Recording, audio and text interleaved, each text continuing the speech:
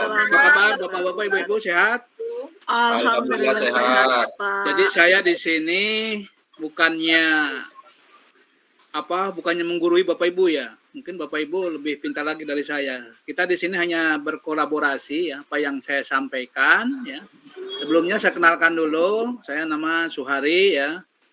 Saya bertugas sehari-hari sebagai guru di SMA Negeri 2 Bengkulu Utara. Pada pertemuan ini yang saya akan paparkan adalah prakarsa perubahan dengan model atap ya. Mudah-mudahan atapnya ini bocor dengan Bapak Ibu, otomatis Bapak Ibu jadi sudah tahu semua mengenai atap ini ya. Barangkali sebelum saya menyampaikan ini, barangkali ada yang sudah mendengar tentang mengenai atap ini. Silakan Bapak Ibu untuk memberikan komentar ini mengenai atap, barangkali ada yang mau ditanyakan dulu. Atau sedikit saya jelaskan dulu ya. Apa itu prakarsa perubahan dengan model atap ya. Di sini tentunya kalau Bapak Ibu baca di layar ini, yang pertama berpihak pada jadi suatu gagasan perubahan dalam transformasi pendidikan, tentunya dalam praktek-praktek pendidikan. Yang pertama berpihak pada murid, kemudian berdampak terhadap murid, dan kemudian bisa ditiru. Artinya di sini kalau saya simpulkan tentang prakarsa perubahan model atap ini adalah fokus pada model-model pembelajaran ya. Karena ini sasarannya adalah murid ya. Mana murid mungkin rasa empati pada murid, mungkin semuanya merasakan sama dalam pembelajaran. Mungkin guru menyampaikan, mungkin kurang memahami, kemudian nanti berdampaknya apa pada murid ya. Akhirnya timbullah hal-hal yang menjadi permasalahan dalam pendidikan ya. Kemudian berikutnya yang kedua ini ya, tentunya prakarsa perubahan dengan model atap. Atap itu apa? Tentunya atap itu singkatan, bukan atap rumah Bapak Ibu ya. A-nya itu adalah awal, kemudian T-nya tantangan, A-nya aksi, P-nya pelajaran. Jadi kalau dalam model-model pembelajaran, awal ini tentunya adalah potensi ya. Kalau dibaca ini bagian yang menceritakan bla bla bla, ini pada intinya adalah potensi yang dimiliki oleh sekolah itu apa ya. Tentunya kalau dalam pembelajaran mungkin alat peraganya apa ya. Misalkan dalam pembelajaran IPA misalkan fisika ya, misalkan alat peraganya apa yang ada di sekolah, kemudian tantangan. Tantangan itu tentunya kesulitan. Kesulitan-kesulitan yang ada di sekolah itu, di dalam kelas terutama yang menyangkut anak dalam pembelajaran. Kemudian ini aksi ya, aksi ini sudah strategi yang disampaikan, dan P-nya ini adalah pelajaran, tentunya refleksi ya. Nanti kita kembali pada ini ya. Jadi misalkan pembelajaran yang sudah kita desain berpihak pada murid, akhirnya berdampak pada murid gimana bagus, nanti akhirnya bisa ditiru ya.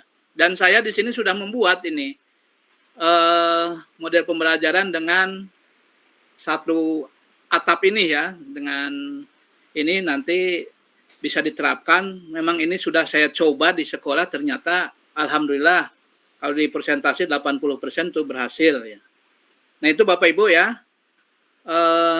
tentang prakarsa perubahan dengan model atap ya. Jadi berfokus pada proses pembelajaran karena ini intinya berpihak pada murid. Mungkin itu paparan dari saya. Silakan Bapak Ibu yang mau didiskusikan.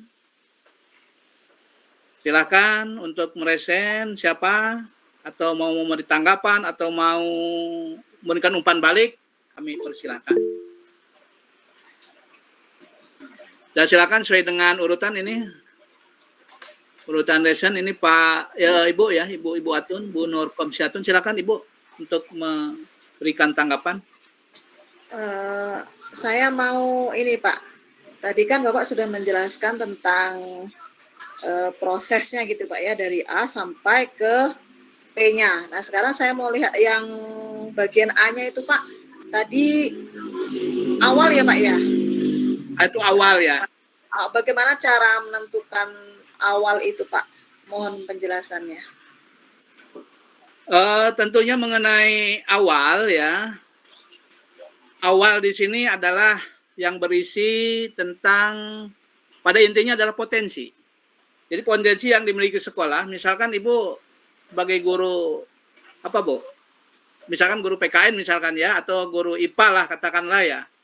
Misalkan Pak, di awal ini kita harus mendata ya, karena awal ini potensi ya, potensi yang Pak, dimiliki oleh sekolah. Tentunya dalam pembelajaran kira-kira Ibu harus melihat kelengkapan alat peraga di sekolah ya, awal ya, di situ. Berarti sama aja dengan ada aset gitu ya Pak ya? Ya, awal itu Aset potensi apa aset yang dimiliki oleh sekolah gitu ya? dimiliki oleh sekolah itu, aset itu ya. Kalau dalam Iya. pembelajaran itu aset, misalkan alat peraga apa yang ada di sekolah, kemudian T-nya itu tantangan, kesulitan. Jadi dengan alat yang aset yang dimiliki, kesulitan tantangannya apa gitu, nanti di aksi harus punya strategi, Bu. Harus punya strategi. Nanti hasilnya seperti apa, nanti di P itu adalah pelajaran, itu tentunya refleksi. Kalau memang ini bisa bagus hasilnya, maka nanti bisa ditiru sesuai dengan ini di awal tadi ya, di slide pertama ini. Ya, berpihak pada murid dulu ya, kemudian berdampaknya apa ya, kemudian bisa ditiru, direfleksikan. Itu mungkin, Bu. Barangkali kalau ada pendapat yang lain dulu ya, yang mungkin ada pendapat, silakan yang untuk menanggapi yang Ibu Atun. Ini lihat di sini Ibu Martuti nih yang resen. Silakan Bu. Iya, terima kasih Pak waktunya. Tadi Bapak menjelaskan tentang awal ya. Jadi tentang atap itu memang awal itu merupakan potensi apa yang dimiliki di sekolah itu yang dapat untuk meningkatkan bagaimana pembelajaran itu untuk memerdekakan anak. Nah, jadi mungkin apa yang disampaikan Pak Suheri tadi menurut saya ya cukup jelas seperti itu, Pak. Mungkin ada Bapak yang lain yang akan menambahinya. Silakan. Jadi potensi aset dalam pembelajaran tentunya ya kita pada konsep kurikulum merdeka ya, yaitu untuk memerdekakan dalam pembelajaran anak. Jadi berpihak pada anak sesuai dengan kodrat dan jati dirinya yang dimiliki. Pak Edi barangkali nih, Pak Edi Suseno ya. Silakan Pak Edi. Oke, saya sedikit menambahkan tentang kata awal pada atap di kurikulum merdeka ini. Mohon Pak, di slide yang mana tadi awal ya? Oke, nanti slide saya inikan dulu. Nah, yang ini mungkin Pak ya? Iya, betul Pak. Oke. Di sana awal, tadi Bu Atun mengatakan aset, sudah Bu Martuti juga menyampaikan itu perubahan majukan ke depan pembelajaran. Oke, di sana saya membaca tadi sekilas pas Bapak slide tadi, awal itu benar tadi aset, benar juga ke depan, tetapi awal itu juga menceritakan kondisi awal sekolah itu yang belum bisa memanfaatkan aset yang ada di sekolah. Maka dari itu akan jadi tantangan, kemudian pelajaran, serta aksi kita bagaimana caranya alat dan aset itu digunakan agar anak-anak itu menjadi lebih aktif, kolaborasi dan sinergis terhadap teknologi yang ada. Mungkin itu Pak yang saya simpulkan. Oke. Terima kasih masukannya ya dari Pak Edi Suseno. Oke, nanti saya akan berikan contohnya Pak Edi ini yang sudah saya buat di dalam model pembelajaran fisika ya, yang berbasis pada pilar didik ya. Di sini sudah saya jelaskan, di sini sudah saya buat, bukan saya jelaskan, sudah saya buat ya, potensi yang dimiliki anak atau aset ini di dalam kelas. Saya melihat bahwa kreativitas pilar didik dalam mengikuti pelajaran fisika ini sangat kurang ya, walaupun jadi asetnya lengkap, terus ada alat praktek yang modern, tapi kondisi anak sangat kurang dalam pembelajaran. Karena mungkin tantangannya ini, kenapa ini terjadi, mungkin kesulitannya karena model-model pembelajarannya kurang pas gitu.